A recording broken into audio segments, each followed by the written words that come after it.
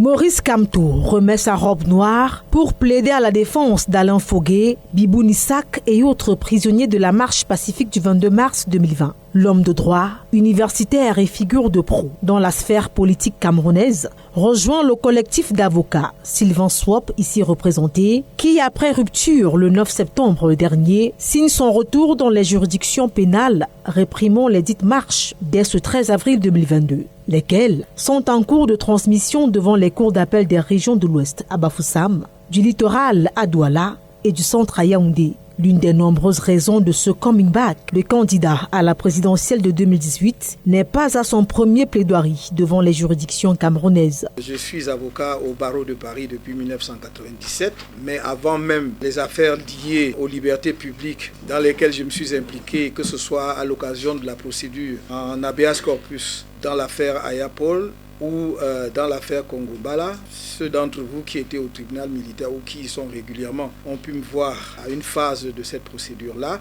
Maurice Kamto confie à la presse se constituer avocat seulement maintenant parce que freiné par son séjour à la prison centrale de Nkondengui, suivi de sa mise en résidence surveillée des mois durant au siège des institutions. Il vient en renfort pour continuer ce combat juridique aux côtés du collectif d'avocats Sylvain Swop, avec l'espoir que les juridictions civiles désormais saisies de l'affaire seront plus attentives aux principes de droit qui ont vocation à s'appliquer dans les procédures. J'ai envie de dire qu'on quitte les eaux glauques de l'illégalité pour entrer, espère-t-on, dans une phase de ces procédures où on peut espérer que des juridictions civiles vont appliquer le droit. Une centaine de marcheurs pacifiques militants du mouvement pour la renaissance du Cameroun, encore derrière les barreaux. L'un des leurs, condamné à 3 ans à passer l'arme à gauche la semaine dernière dans des conditions jugées inhumaines par le collectif d'avocats Sylvain Swop.